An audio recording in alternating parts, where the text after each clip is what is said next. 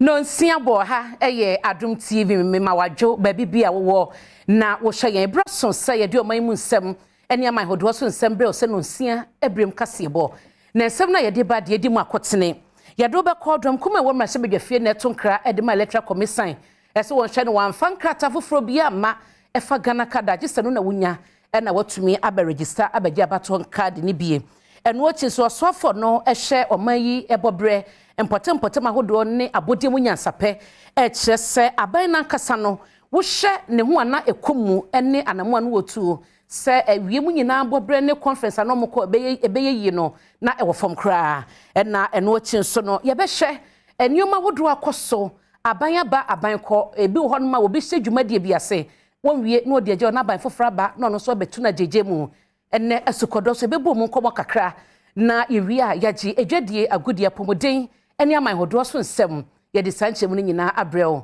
don hwe di manim yi kame ho edin amegye so ene abena pokoa ahwennie me ba sisia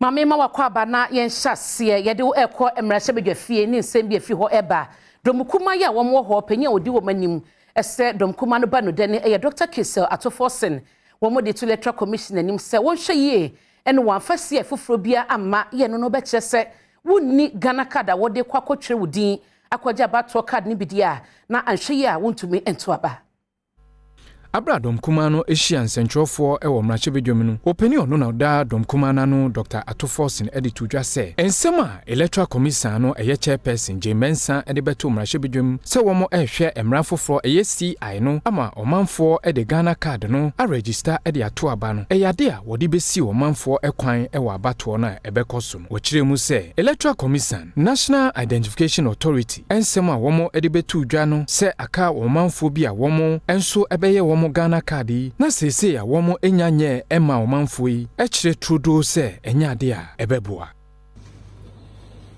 He proceeded by saying that currently about 2.5 million cards are yet to be printed. Ladies and gentlemen, these are the words of the National Identification Authority and not the minority. It is also a fact that the registration process for the Ghana card has been characterized by several difficulties, including logistical constraints. The National Identification Authority has further admitted that the issuance of Ghana card is a continuing process and therefore cannot be completed at any point in time. Therefore, making the Ghana card the sole requirement for voter registration cannot be accepted, as it will deny millions of Ghanaians their right to register and vote.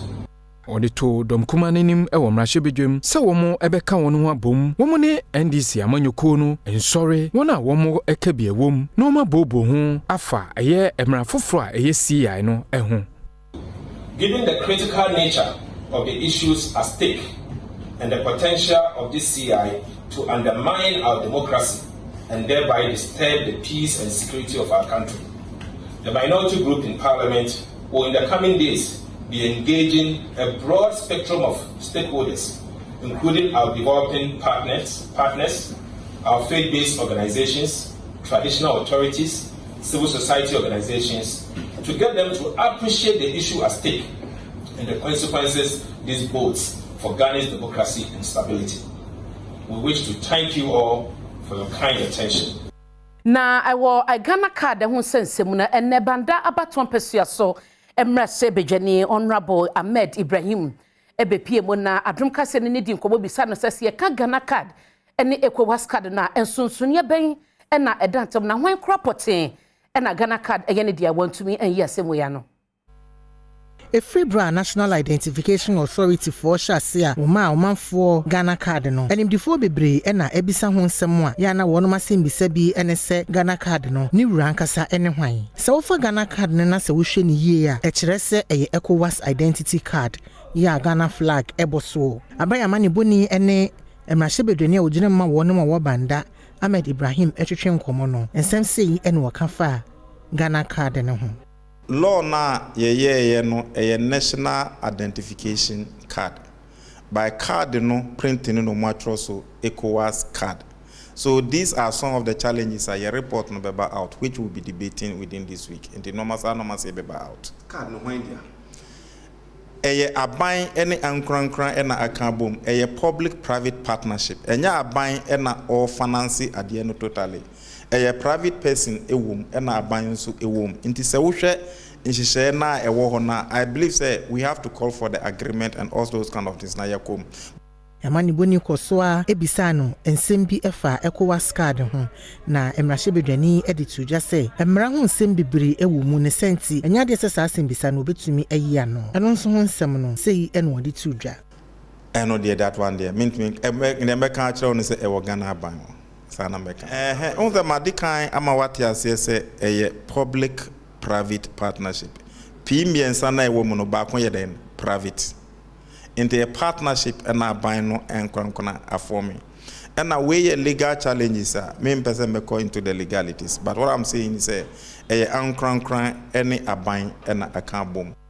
My young quay nimuna or my mu a jumaku mona a share a wimu brazen so better and na a riababo omono share a better Ghana fumu. Na penya wada no the set to abandon say 2021 budget omoko ken kind or the semu. So be pa kan de bia ma wo na bo mu dwumadie wo mu gusu twen aban enkeka ne ho. Ghana Meteorological Agency ada afimpinu ene aduonu miensa awareness month no edi na tie da so ene the future of weather, climate and water across generation. Asabu sumi watu asi hono mu a meteofo adwuma wo ye nyina no bebo hu dawuru amomamfo nyina ehunu bi. Erika Suman ene ehwe akire se panyin kwankyerefo ewo Ghana Meteorological Agency na bra wakasa odwumade na se no na ode adesrede to aban animu se afimpinu ani aduonu ba komu abra ode akohomasi ka wonsem ebetu dwa no wo hye adwumakuo yi bose obema wonum akade ebebo ama wonum adwuma akonkan senti sabo hye no woni so dwuma na ye no eye buni be kase science ye gigi data ye find data plese bia awiemu hye se na esitie ensu ewo mframa na ye hunu mu no se na esitie wind mframa no ne direction aye ko ne speed aye ko sa na mani nyina ya keka bo mu de ma weather forecast no mfidie na ye de geda ebi ho a nipa na ekotena se record na maako ye mfidie aba abefo a eno na no atimi record sa parameters ni nyina na de abrew enti aban in 2021 budget mu kra de shemu se or to nema yobetimi dia ahye meteorology no mu kena say deputy minister kan to retool Ghana Meteorological Agency. We are hoping says retool in the bebaso entem na nema ye hia nyina be metimi aye adwuma no pere pa ne nsa be kan nyina soafo abi de akira wo hye nkitahodie hu nsem so ama poma aboaten ekasi sudua se aban ye krado se emoa biara asoye hia no wode bema wo mu se be obetumi aye wo no adwuma yi. As a digitalization ministry, no, say best support you with all the tools and encouragement that they need. Send you meet me aye omujuma no my efficiently. Inti abain so at the support time which especially for this one. Aligning up activities, be promoting services. The role that the weather plays in our daily lives, in our businesses. Afie twemu ehyiemu de kase bi koso ewo eye amanhodo so na ne nyina no eye ewiemu babrani ni mudi abodo ewo se nipa bi kokogye ekowie eche na Ghana fo bi de subu abo aban ne se sika bi odi ehyem ne nipa odi omako no enya de ketewa na so soafo no eda eye environment science and technology no eche se aban sika kra ekomu no na ye sika ketewa bi.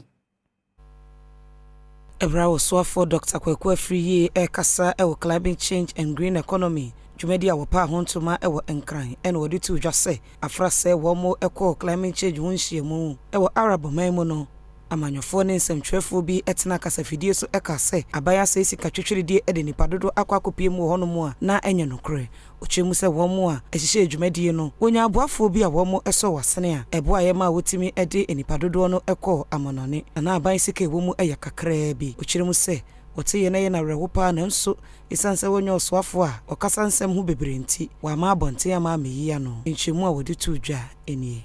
When we went to Sharm el Sheikh, The organizers, if it was practically possible, wish that the whole of Ghana, and for that matter, the world would have been there. If the burden is not on Ghana, nobody cares whether we take 100,000 people there. And you will be a delegate. You will be an accredited delegate. Our mission was to weed out bad elements so that we do not go and embarrass ourselves in Egypt. That is all. So next time when we are going to have the UAE, don't talk about numbers. If anybody gets sponsorship and there are 100,000 of us going, remember, for climate issues, we must engender a mass movement. And for the climate, those who invite us there, they want as many people as possible. It's not like we are going to the UN. The most important people are not Kwekwe or Nana Addo than Kwekufado. The most important people are Yaya Kofi Kinto, Yao Mensa, and if they and the taxi driver, if they they get this climate change action, they will know that they are, especially the concept of carbon footprint. Everything that they do, if they reduce their carbon footprint, then in aggregate, we will be mounting an assault on this climate change issue. The minimum financial burden was on government the last time we went to Sharm el-Sheikh. Case closed. Openyi bako no eneda challenging heights ano ede adesre atso empenyufo wada Africa Continental Free Trade Area etwenite friend AFCFTA ese womo enhwe na kuaku ahodo ne nyumakuo bi eka womo ho no ede nkwadankwada na eye adwuma wo bra yetiamra ekanyinde wo amama nyina no wo mbra wo ho a se epede iye adwuma nyono ye adwuma owo de easy da membra no do. The member no ye ma ohwe nkwa nyimpa a wode won kwankwa summu na mafra wonyo ye dwumazen na zen inti se yen after no when one momozin na enyimanyim yayi wama one member countries no amfa mbre bi amba na one share companies na wo within the enclave no na one also one di dwuma bi wo one supply chains mu a anhwen ye a ye be ye adwuma na kapembre a or the export ko a product no so osanmbre na ochikire yen wo other countries nti na ye ntum na ye mfa yen product na nko nti me epede ye kan de after companies one chance de wo di dwuma wo hwe human trafficking and modern slavery e wo one supply chains no say enyi obiri ye adwuma ye wode warankasa wombra wo ye mbra bi wode say ye adwuma e bia the number of hours of work e bia amount of salary aye de ba man e bia adwuma no environment no wo address ni na in a policy format nya anokeke nemo in a policy format say wo share wode go website nda obi anyo be ye adwuma bo okay the membrane na what that to akwem nti oya basically no dem obaya after companies no one product na what boko other countries no all face problems nyina ensem yiso na mentwa me home ba ensem pi no a na ka kira me de be ma ho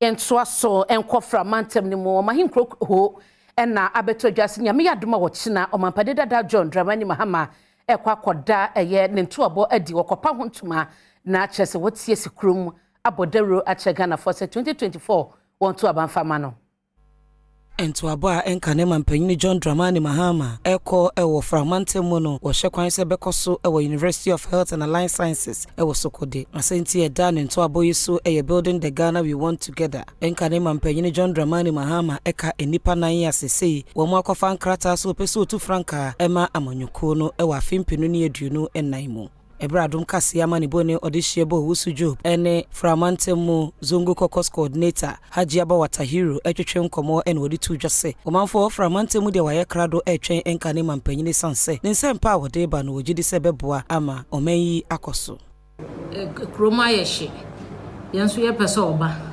oye mampani dada ne waya ma voter yenim MPP for Trantor say when ye be why ade ntino emoye ne ade ya boy ho say e twen no say e ma titiri say na sesi a bibia mu aye den ye boa omunya kranko wa bedru ha aye ni age pa say voter de NDC nso ye voter ntino ni age pa say oba we choose voter region enwachi osan ene framantemu treasurer ya woda NDC amanyoko na no Daniel Kojo agbukpa etwetwen enkomo no kyerɛkyerɛ enhyehyɛ bi ya wono ma ya wode etwen enkane mampanyini ensra hwa wode eba framantem no emu. You will be at the city house, the city auditorium, at the UHAS campus, main campus.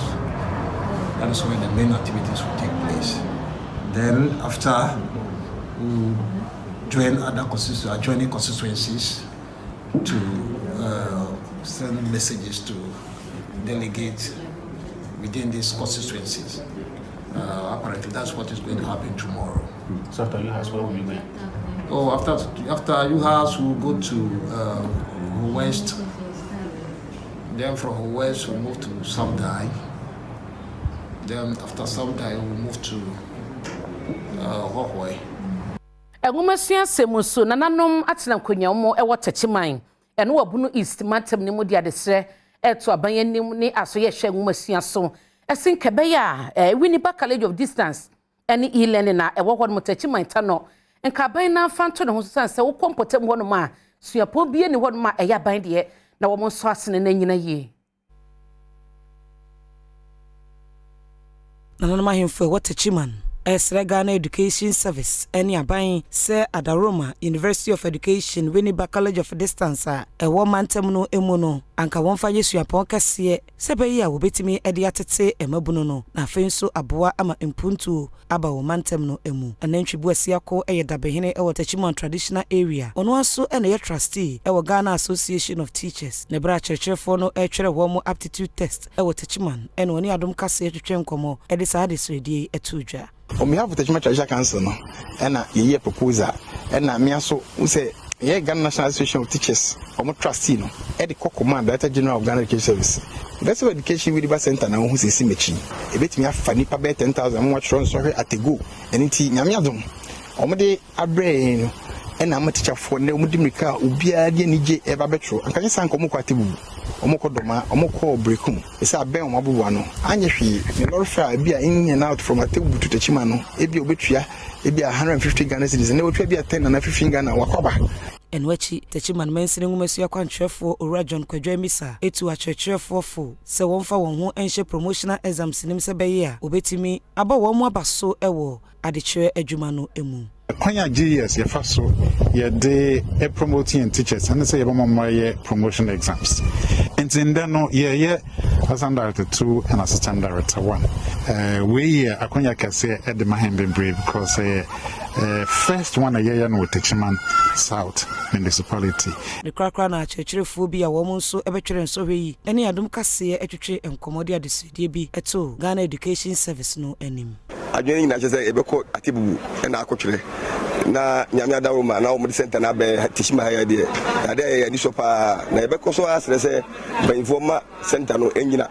I mean, likely it's going to help absenteeism. I mean, because sometimes a lot of people also find it very difficult getting what it takes to get there. Social facilities in the accurate enough so much we introduce regular course campus to have. Yankomra Sebedwe fie do mukuma wo ho egusoa ede o showbo eto electoral commission no so ba biomuka ede fa no ene se sanhwe yie na asia efoforo de kwato fie ho no ba ye adwuma nipa bi ewo enkron kuma mu no ebe ye din so mo betumi akwatwe mu din ato aba ena Ghana card na opeso de no nko a ene di dwuma no ho. It's a good thing that they now have lights. I went there personally myself. They have lights, but they are not working in the sense that they say they don't have the cards to register the citizens, so they are waiting for cards, so they are still not working. And I wanted to find out from them, as was directed yesterday on the floor, how many cards have they issued? They were unable to give me the figure. And they directed me to head office to go and find that out, which is very interesting because you did the registration, so you should be able to tell me that so far, Kwando Constituency, this is the number of cards we've registered. What they told me was that they have 1,040 cards yet to be collected I mean, the people were there several times, but they couldn't collect the cards because there was no electricity for them to do verification. So that was the issue as to why they have the cards there. Some people have come there so many times that they are just not interested. Others are like, we've had enough. So that's where we are at now. They said they have in the system a little over 1,000 cards to print. So that's the situation there now, and they are just sitting down waiting. So this bolsters your minority case that you cannot use the Ghana card to go ahead and use that for registering voters? Of course, it would be a great disservice to the Ghanaian if we went ahead to use the Ghana card, because the cards are just not there. And if you look at it, the figures that I see on the NIA's presentation that they have issued to Kwando people, it's just not true. Because when I went round, those who haven't received the Ghana card, they are well in excess of 20,000. And if you say you've given about that amount of cards in Kwando, it doesn't make sense. So you can see that there's something quite not right. And more so, the people in the NIA office in Kwando were not able to give me the figures of those they had registered. And they were like, go to head office for that figure. Why is it that head office who didn't register the people in Kwando are the only people who should give me the figures? It makes you suspicious. It makes you think that there's something going on behind the scenes. That's why I suspect that the figures are cooked. We need to do an audit, get a neutral, independent person to go and do an audit and find out the cards you say you've issued to the different districts. Is it true? Because adia ba ko ya ye ohawo ada o my Ghana so se aban bi beba na wahye dwumade bi ye project onwie na bia aban sesa ba aban foforo ba na wajasa project na to ho na wode ne sa kwaka foforo ebi kro ho no aban na wote so na nkasa no ehye dwumade na se onwie na wajja to ho na akoye foforo eno na Adom asukodo adi achi ahwehwemu edi emu amane eba memenda eba so pese hunu abra Ghana aban to aso abo man yi ewo dwumade obeto so no wanhwe nwie anade wan wo hyase no won to aso ho a dwene ne se sengotumi ewieye ana wotumi eto aso a emfaso ben ena kebetumi di abra omanfo buankra inland port a ehon nsem ede dwaso yi ne so ade hunu ne se enka emfa tema ene takrade suhyengina bia no emefa atifido mantemu enkosi aman bi te se Burkina Faso Niger ene Mali yanka ebetumi aboa ma Ghana suhyengina bia hodo a aba peso no wo ho betumi ahenha won no keno kura betumi aboa ma won ma wakra no mafra manone ne won ma odi free o man kwa manone enho ahenha won pa afei adrabafo ene won ma wabi enwuma so ebenya ho mfaso a betumi di sikapudu abre o man mu odi ayempuntodwuma buidamu ya wo hyase a wampan ho asamanka enwie no eka ho bi na dumso eba ya o man yi mu a enam so ma Ghana fo akoto santene to aba eti aban ya no wote so sa abre no efri ho afimpi mienu no nwatwemu no mampani kofo esi be yefoforo kora wono mu a woyi nam ebetumi atena di won dwuma e wo Jamestown e won kran ya na ho ka esom America dollar no empim sia ne akiri ponum sa dwumadie eka biaye aduonu a na ne keka ho bie ene fishing harbors landing pass dumienu fishing harbors mienu landing pass dumienu ene coastal insia so otumi wie sa dwumadie nyina e woni bremu a anka wono mo wo framantam ene atoye mantam mu ya wo ya apofo ebenya ho mfaso pa fise nka obenya administration blocks coastal bebi obebu fango bebi obenya nyina mahoden bebi a wode wona se obegu bebi a obeton wonnam ene bebi a so wona se eseye a obetumi asiesie no emfa ho se America dollar no opepe ohane aduanan watwe a wode che wo man so wonfa ni sa adwuma hodo yi no so otumi wie ne bremu a anka beboa ama ekwanbone omanfo afaso yi nam ya ekoso ede free cape 3 points de kwa azim dikosi denu eni aflawo no eto atwakra National Health Insurance dwumadi a ehya ase wa afimpi mienu no miensam wono so enyini biem wabra NDC amanyoku a wo mototo dwumadi ya yampia wabra no opposition ebefa abenwa no afimpi mienu ne nkron Franka tufu adema NDC amanyoku no sa abre no mampani wonya ne ba bi kro John Evans Atamils eka ho asem sei na samefa na no di isem no sede waka no a ose yaboda wuro akira yadwene ewo kwanbone a wode ahopepere enam so ekwa akofa National Health Insurance Scheme di abai ene wo hawa ewom hawa wo nso yada na di akira omanfo okra ansa na sa adwumedi ahyase osai se su bio se se NDC amanyekuo no ebefa tumi a obeyen sakraye ewum emum ese ye ka aban enyuma ahasane aduonu mu a ehya ase ewo First Republic a na ato apete Ghana ma nyina afi yensan kansi so bio se na won nyina eye adwuma nkakra ansa na wotu Kwame Nkrumah ban egu ye wa afi apem ahankron aduosiansia mu senka aban ahodro omoba ye efri sa abre no di besi nne nyina ehya ase eye hu bibi ekrakra no pegye mu ma ne kosoro a ankane enyuma ebusu wo man mu a omanfo anya bia yem yesikasem so egyina ne na so pi nenso edurumre bi a ohyeda akora tia bedwakuo se ta adwumadi Kwame Nkrumah haase nyina no wontutum ya na enya asem ketwa enti saa adan ya na enyuma iwo mu nyina akora no de omanfo ene amanfrafo enu mu beje boss wa afi de ho ene okra abrofo ntade abrofo nuane abrofo mfidie sebi mpreduasa abrofo mayentoa so ema National Identification Authority yetwenti afeno NIA na eumasudie ese Ghana card na wope na watum de kwotwe odin ato aba no wo mo beye edi ama so bopi no na akọ wo makache se obi wo hono ma wakotwe ne dia wie bibia so se be na card ne beba efie mi no twem wo mo nsan kan ye obi wo hon so se obenya kwanya krompa kwotwe ne din na wo no so adi ne dwuma no eno so ayedin eka na NIA eche sabeda wo mo so na enne ye rekenete fa be pie mu ewe kosi se dwumadi ekoso Asempa FM na ode no ye bi aba afasansem we ho ye nkwaje nkyire mu no okay. And first mass registration it was Central Region. You call Western, you call Volta, Eastern Volta. Yes. Na afiaba na abanse samba na mifio. Na a trans here adwene ho me call back 2017 President Kufuor abenso no. Sorry, President Kufuor Ado abenso no. Ye hu say enipa 900,000 pe. And then Ghana card in 900,000 pet. Okay. And then Ghana card between 2009. Okay. I share mass registration. Okay. Ebepim 2017 February. No. Okay. Let's just say enipa kakra bi na etumi enya Ghana card. Omo ye only 900,000. 900,000. Sa branding nyina so na card yetimi nipa ya register omu nyina oman mu na only 4.5 million. Okay. In that long period. And cards na ya printed 2,719,425. Okay. Out of which emu 900,000 per and na omukra Ghana card from 2008, 9, 10, 11, 12, 13, 14, 15 and 16. 17 I will call 9 good years na 900,000 people and then Ghana card. Okay.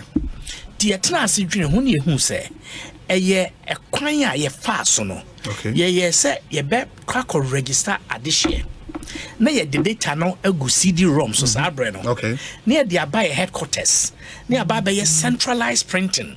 Ya printing cards nyina our headquarters. Ni asaya batch ni a box ni de agu kam ni akọ back to sebe in krase ni krom num ni asan akọchi check cards no. Enti ehun se enipa no kọ na akọ no kọ na wanya no eno ano no. Ubo ne don komi na wa ma eno ano no.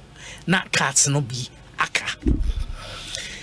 We redesigned the system. Send ye instant issuance of cards. Into your redesign system no. And na ye instant issuance. By nim sa hanso so network connectivity no. And to say o abrochiri. Yes. Into no enya dan enya baby na obetumi enya strong network. Sometimes you crowd throw phone back when I say what do no. And so na enya sanity. Into ye say all right. Ye be deferred issuance and so. And not just say yentimi am print amount instantly.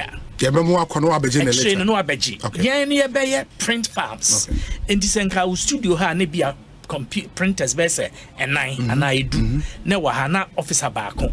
Card verification officer otia no printed cards ni nyina no a batch enti ade chi anopa na registration officer we in charge no abeji cards no de agu kam no akọ distributor ma registration centers na ewo asepotem no na adehia akọ cards and you deferred issuance. And a third option in that dear no aye centralized printing enti a redesign system ne say sa ene ma miensa no ye de be adwuma during mass registration no yeah mostly sa instant issuance okay or yeah our man for a din in each no say over 90% of the cards printed instantly. 90%. Over 90% of the cards printed instantly. But uko na sa wo dia ma na erai dora dia ba na wo dia be ya wo ya. Okay. Na wo dia was say dia chire prenum prensa wo be kono be a network or for whatever reason na wo card emaya na ayasem. Obi ohonso na enye network intra. Nemum ono ankasa ena enam no so na mfomso bi aba. Or the osaibonsu. President Kufuor time or register or the kwabena edi animu. Oba this time no the kwabena no was to say a copy. Into your coin or a copy osaibonsu. And answer osaibonsu no or the hyphen beer any hot dada at the account about two and 15. Yes. Entino amawa ye onipa foforo completely. Enti nipa no enya dia ne information or the ama enne no ebetimi aye adwuma enne the odima 2008 or 9 or 10 under president up to president Mahama Penso yes ebobra ebasa na system no achi na application in the records mame fa wo enkwanta south mansi ni mu ewo oti mantem ni mu na opanyi bako a ukọ hɔ ma wo no ye emabua no boaboa fa be de akire edi ato ma wo mo epre so obeba be yem resebedwafo wo NDC dimu ene wo mo so epa be di se mampani no se wo mo hwe mo kasa yeye sanse ento abo wo be konyina no se party be di nkonim ejina so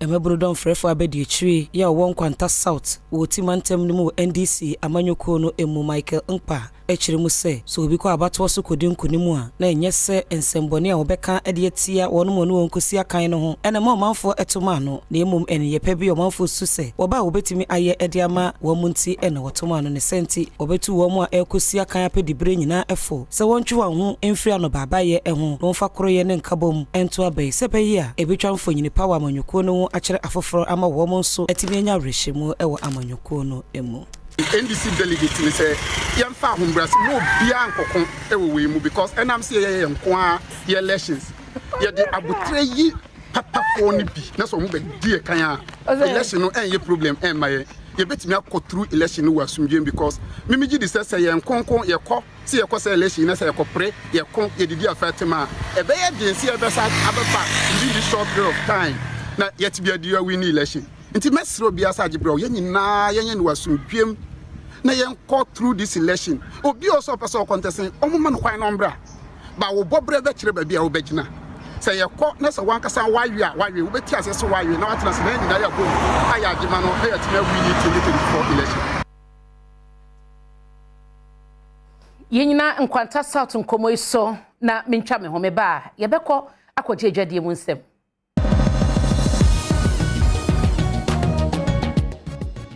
na yenko buno mantem ni mpanyifo mo na apomodin si echi baban no ehweso ediaba wo mo so edi wudwuma ehsese no eba na akatua ya wode ma ayaresabia hodo a wo mo eboa egi no a wo mo edin sakraye ene enwoma foforo kra ena abamu esansi yesi afufufuro mu nti enwumaku awodo etena se esese de wo mo ye wa afempinu ne aduonum yenum ahwe de obetimi aya ebema afempinu ne aduonum yensa wadwuma wo ye no akonkan sa ena National Health Insurance Authority impenimfonso eye ukopie mu ewo bono mantemu a watena se ebu nkonta ehwe de wo mo ye wa afempinu ne aduonum yenum regional manager ya woda NHI ano Joseph Mensa ekire mu se oha ba kwa wo mo ehia pa ewo mantem ne mu eyese obi ekura kadia akọ ayaresabe a wasa ejine sika ne senti afi di si adwuma ekono ni so ene se obehwe na saade ni nyina eto etwa oha kakra ye fesi ene senior hospitals no bi wo hwa ukọ hwa o card no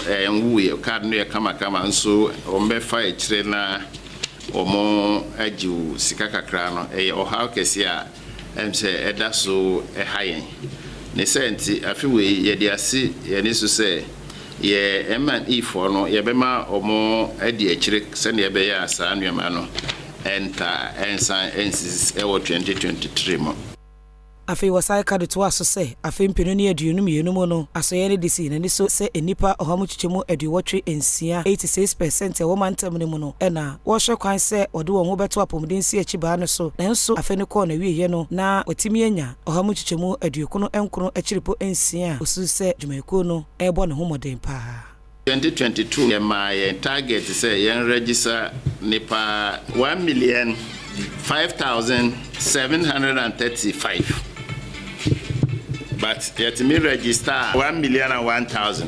99.6%. I feel no eshas yen obo kan say yen mobilize 10 million Ghana cedis. Na I feel no echo awie na yatumi mobilize 7 million eni kakra. Manusi yepe energy kopamwako ya wono ye in charge of operations National Health Insurance Authority wobono mantemu enso edensema wodu bi etudwa.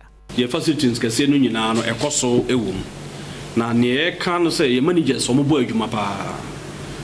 District beer manager fight co-payment in a way. Some first na enyam fa cha no so am say we district co-payment chairman na omoko co-payment. Na ejwadie emu nsam so no etetigo the promotion bi hyehyɛ so na test for wheels na ye kase wo matena kase na Tofik Ahmed Mustafa on the din kunim en ye ne hyɛn Suzuki Baleno mo no kra tie rubber na mpanyifo de ama no. Airtel to go test for wheel promo SMS based promo bia Airtel to go for any characters for ka wontuma ebo mu e de hyehyɛ so ye no National Lottery Authority no ehwɛ so na sempanyefo wo mu Airtel to go no etwede a wo mekoso ade se dwumade bi se ya hyehyɛ so se de be ya ebetumi abo na wona wo ne wo mu din sawoso no de wo mo hwehwe nyina no wonsa etumi aka na abra head of brands and communication Emma Airtel to go era Nancy aso esiedu amrado eni Adom kase etwetwe nkomo no ochire mu di ntia test for wheel promo yi wo mu de ahyehyɛ so no da na di se eno beboa ma wona wo ne wo mu din sawoso no ebimu nsa ebetumi aka sikapuduo ya afoforo nso so wonsa betumi aka ahyen na di hia se wona wo ne wo edin sawoso no ebe ya ne se won be test car to the short code 4062 impedudo bia wo mu epe ye no ho ka no eye 2 Ghana cedis. Last year November no ye say ye be my yen customers I play game bi and your friend no text for wheels what wheels crowd who say ye be check car enti no obe text car akọ short code no into text call short code na you have the opportunity say we betimi win weekly cash and now so say overall grand prize no which is the car. Into no customers here play game no every week be 500 cedis 1,000 it was actually up to 1,000 NLA na a year almost supervise ye ne El Kuto na a year together but NLA na supervise into no ya de kanama into Tofik this particular promo no na a 2 Ghana cedis but who say the more you play the more you increase your chances of winning. If you last year Tugu Meso, Samokai and track records, ye Chesika bebre, and I de car swaba. Enwachi Adom kase eni opanyina wo no de nkonim e for wheel promo dwumade no emu owura Tofik Ahmed Mustafa enso twetwe nkomo ochirem se de nigi ahye ne ma e wa hyen foforo ye nam Airtel Tigo promo yi so ntino ne nsa etumi aka. Ninsaka achede no manage pa because that many na so say me de me wini sa achede we fi say enya me nkwa na me ye omu promo no person catch obi ase Airtel Tigo network papa nti obi a oni bibia no onko to omu sim ni bi na omu cha achede bebre. Absama yensan fa agudie monsem ene enwumre de yaboabo ano no yemfa nto asomfama ene enwumre na afi yenwremo ewo oswafo a wono ene hwembebu no ene agudie ensem so Honorable Mustafa Yusuf ena wode nsem etudwa se multipurpose awodo be se dua omo hwese dwumedie no yebetime awie na afi yesi akan ho no wo so wo hwe nim se phase 2 no eno so ebetime atoa so yentie ensem a wode etudwa. I'm happy to inform this August House that the second phase of the project selected, Azim, that's Dunkwa Ofen, Wa, Domahinkro, Kofodia, are near completion, with all the necessary fitting and auxiliary work progressing steadily. For this year 2023, the youth center in Ho, that's Adakulu, Yendi, Enyinanyini, Carnation, and Navrongo are earmarked for completion. I wish to assure Utunse opani de mse okomra se bedwoma nensa monko na ukọ grounds nenso a de ekosonsonko. Nyame abde mbe se de chiri na ye de ho nkomo so e de abro na ma yensan enwuremu so ewo eye general manager Edma Dreams FC owura eye Aminu Shado en wode enkomo akra e de tudwa fa kwan a e be fa so amachitafo ahye agopama so ma. Fan interaction and mobilization. Fantastic. It's very key. We need to also devote resources into nurturing your support base. Very, very key. Yeah, I think and one way, Samates Omoyano. In fact, I'm picking so many lessons because I had a shock of my life. Because I came for FA Cup, I say football, but when you go into the communities, in fact, people almost supported Division 2 clubs even more than Premier League clubs because Division 2 is within their community and they feel part of it. Until we carry program we do to sample mun komo no ni kanti de bia no e be koso ade bi apia osa na ma yemfa nwie ewo Enoch Morrison abranche sina kan de makumasi asante kotoko ne wona share go e de ma kotoko wo bra omochi Bechem United e bo meka ba ko a omontimi antie. Kotoko come forward now. Kinful is committed up ahead. Yes, Infege decides to go down that right, twist and turn. Enoch! That is a trademark goal. Oh, he knows how to do this and he does it with some sublime skill. Yeah, clever little finish from Morrison. You don't allow him to cut onto his left foot. On the inside, he's that dangerous. He has that power on the left boot, and when Kotoko were on the counter, you see the Bechem defenders were backing up. Ausha we eye de course wo kuma se e kase uremo ewo Accra Sports Stadium agama nche derby so eguso ekoso e House of Folk any Great Olympics. Nyame aduma channel pa de be pm be sand nkomo no so etime e de abro other results no na say energy Karela United ehye etine fie ma Accra Lions ko ball no kam no wati mo baako Kotoku Royals enso ehye Dreams FC kam yensa wantime anti bebe ni Go Stars ene Nswatreman bebe ni Go Stars edi nkunime kam no ena fe eye Aduana Stars ene Kinface obia antime anhye bibrekum Chelsea ehye FC Samatex ekaba ko a omonso antime antie ena fe Legon Cities enso ene Tamale City obia ehye ne yonko ekaba ko ba ko nyame aduma china se the medical catch on House of Folk de no anopa ye de nkomo ni nyinada ede eno so ebebro bomodin na hye ne so se Bosumi awomi obanim bosumi no eye Ghana month 18 se o fa ho a no fa ho se tete no na eno so etimi awie peyo enso ede ama medin de Cobblestone okuman kra ba ko amaka ensuroja adura enyono numero 1 she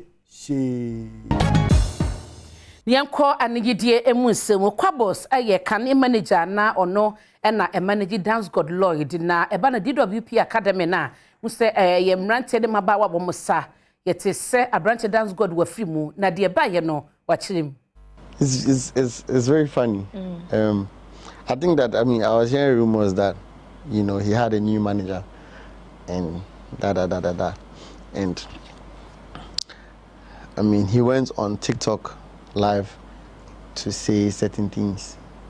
I don't remember what he said. I think he said something like some people are ungrateful and he said a couple of things and the social media and everybody was beginning to think that because he didn't perform at that event. There was an event that he didn't perform, the one we did with Asha. People were beginning to think that because he didn't perform at that event, that's why we have a misunderstanding. But it was so many things that led to that. We didn't stop him from performing on that stage. Like, he wasn't available. I think he traveled to Nigeria at the time we were rehearsing, but he knew that we had a performance, but he decided to travel to Nigeria without informing anybody, and I think he came a day before the performance.